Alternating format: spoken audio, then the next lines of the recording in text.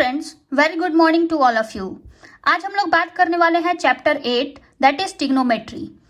Without wasting our time let's start our chapter. Trigonometry क्या है, तो सबसे पहले जान लेते हैं कि ट्रिग्नोमेट्री कहता क्या है। What is trigonometry actually? Trigonometry is the study of relationship between sides and angles of a triangle.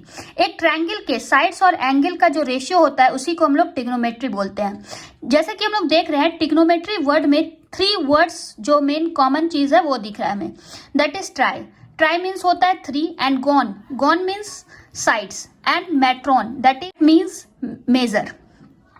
यहाँ पर जो हम लोग बात कर रहे हैं ट्रायंगल की, ये किस टाइप का ट्रायंगल होगा, तो राइट एंगल ट्रायंगल होगा, क्योंकि राइट एंगल ट्रायंगल पे ही ये पूरा ट्रिग्नोमेट्री चैप्टर बेस्ड है। सपोज दैट अगर कोई राइट एंगल ट्रायंगल लेते हैं तो इसमें क्या क्या चीज प्रेजेंट होता है। जैसा कि हमें पता है कि राइट एंगल ट्रायंगल में one angle should must be 90 degree. तो 90 डिग्री जो होता है उसके अपोजिट में जो साइड होते हैं that is called the hypotenuse, और जिसपे 90 डिग्री लाई करता है that is base and this is called the perpendicular, और कहीं कहीं पे इसको हाइट भी बोला जाता है। ये जो राइट एंगल ट्रायंगल है इसी पर सारा ट्रिग्नोमेट्री चैप्टर बेस्ड है। सपोज दैट ये 90 डिग्री था तो ये उसका अपोजिट साइड आपका हाइपोटेनियस हो जाएगा and A B is the base and B C is the perpendicular. लेकिन आप ये सोचिए कि अगर आपको ट्रिग्नोमेट्री निकालने दिया जाए, यहाँ पर एंगल बी के लिए दिया हुआ है, अगर एंगल ए के लिए दिया जाए तब क्या होगा। कोई भी हम लोग जब राइट एंगल ट्रायंगल लेंगे उसका हाइपोटेनियस तो सेम होता है, बट जो उसका परपेंडिकुलर है और बेस है वो चेंज होता है। सपोज दैट अगर इस ट्रायंगल की बात करें तो ये 90 डिग्री होगा, it means hypotenuse will be same, ये इसका हाइपोटेनियस रह जाएगा। लेकिन ये जो बेस है, अगर मान लीजिए हम एंगल ए की बात करते हैं तो एंगल ए का बेस क्या हो जाएगा और परपेंडिकुलर क्या हो जाएगा, तो एंगल ए के जो अपोजिट में रहेगा that is called the perpendicular. वही जिस पर ये जो एडजेसेंट साइड इसका होगा उसको कहेंगे बेस।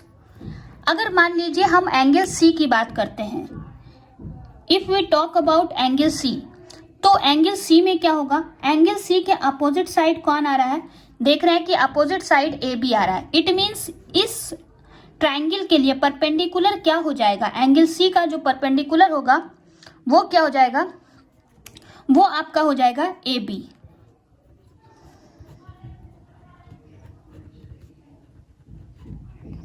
और जिस पर ये एडजेसेंट साइड, इसका जो एडजेसेंट साइड होगा एंगल सी का that is called the base. Hypotenuse will be same, क्योंकि हम जानते हैं कि राइट एंगल ट्रायंगल में जो लॉन्गेस्ट साइड होता है वो क्या होता है, हाइपोटेनियस होता है। तो हाइपोटेनियस तो सेम रहेगा, लेकिन जो आपका परपेंडिकुलर और बेस है वो अकॉर्डिंग टू एंगल चेंज होगा। इसी चीज का यूज करके हम लोग ट्रिग्नोमेट्रिक रेशियो को पढ़ेंगे। ट्रिग्नोमेट्रिक रेशियो क्या होता है आइए हम लोग जान लेते हैं। जैसे कि यहाँ आपको दिख रहा है ट्रिग्नोमेट्रिक रेशियो, मान लीजिए कि ये एंगल है और इसका मेजरमेंट निकालना है। अभी आप इस एंगल को किससे रिप्रेजेंट कर रहे हैं, theta.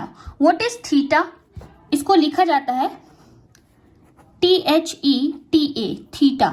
Theta is a Greek word और ये रिप्रेजेंट किया जाता है किसी भी एंगल को रिप्रेजेंट करने के लिए हम लोग एक ग्रीक सिंबल का यूज करते हैं दैट इज थीटा।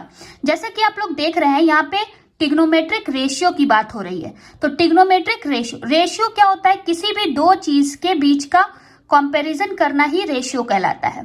तो यहाँ पर जो हम लोग साइन थीटा लिख रहे हैं, साइन थीटा मतलब इसका जो बेस होगा या परपेंडिकुलर होगा, हाइट होगा, किसी भी राइट एंगल ट्रायंगल में यही 3 चीज होता है। और साइन थीटा का यहाँ फॉर्मूला दिया हुआ है P/B, मतलब perpendicular by hypotenuse. Cos theta का जो रेशियो दिया हुआ है वो दिया हुआ है B/H एंड टेन थीटा का आपको दिया हुआ है P/B।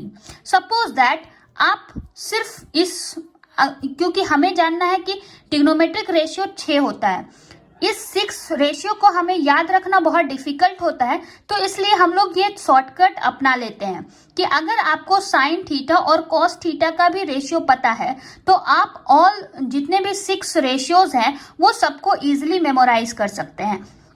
साइन थीटा को जैसे कि p/h दिया हुआ है, कॉस थीटा b/h दिया हुआ है, टेन थीटा p/b। हम लोग जानते हैं टेन थीटा को हम लोग क्या लिख सकते हैं, sine theta by cos theta लिख सकते हैं। और साइन का वैल्यू क्या है हमारे पास, p/h है, और कॉस थीटा का वैल्यू क्या है, b/h है। इसको जब हम लोग मल्टीप्लाई करेंगे p/h और मल्टीप्लाई करेंगे h/b से, तो क्या होगा, h कट जाएगा और हमारे पास आ जाएगा p/b। तो ये आपको निकल गया। उसी तरह कॉसेक का हम लोग जानते हैं फॉर्मूला कि कॉसेक क्या होता है, 1/sin थीटा। तो इसीलिए अगर हमें साइन थीटा का वैल्यू पता है तो हम लोग इसको 1/p/h लिख सकते हैं। और जब हम लोग इसको डिनोमिनेटर को न्यूमरेटर में ले जाएंगे तो ये क्या हो जाएगा, रेसिप्रोकल हो जाएगा इसका, और ये बन जाएगा h/p। उसी तरह सेक के लिए हम जानते हैं 1/cos होता है, 1/cos थीटा, तो ये क्या हो जाएगा, 1/b/h। इसको भी जब रेसिप्रोकल करेंगे तो क्या हो जाएगा, h/b। कॉट थीटा का हम लोग जानते हैं क्या होता है formula, cos theta by sine theta. तो cos theta by sine theta मतलब पहले cos थीटा का वैल्यू रखना है b/h और साइन थीटा का वैल्यू रखना है p/h। b/h और डिनोमिनेटर को जब न्यूमरेटर में ले जाएंगे तो वो क्या हो जाएगा, रेसिप्रोकल हो जाएगा h/p। h कट गया, आपका आ गया b/p। तो आपने इस 6 रेशियो में क्या देखा कि अगर आपको साइन थीटा और कॉस थीटा का वैल्यू पता है तो आप इस 6 रेशियोज को इजीली याद कर सकते हैं। अगर आपको इसे याद रखने में कुछ भी डिफिकल्टीज हो रही है तो आप एक शॉर्ट ट्रिक भी अपना सकते हैं। मान लीजिए क्या है वो शॉर्ट ट्रिक, पंडित बद्री प्रसाद हरी हरी बोल। ये क्या है, ये साइन थीटा का रेशियो हो गया p/h, कॉस थीटा का रेशियो हो गया b/h एंड टेन थीटा का रेशियो हो गया p/b।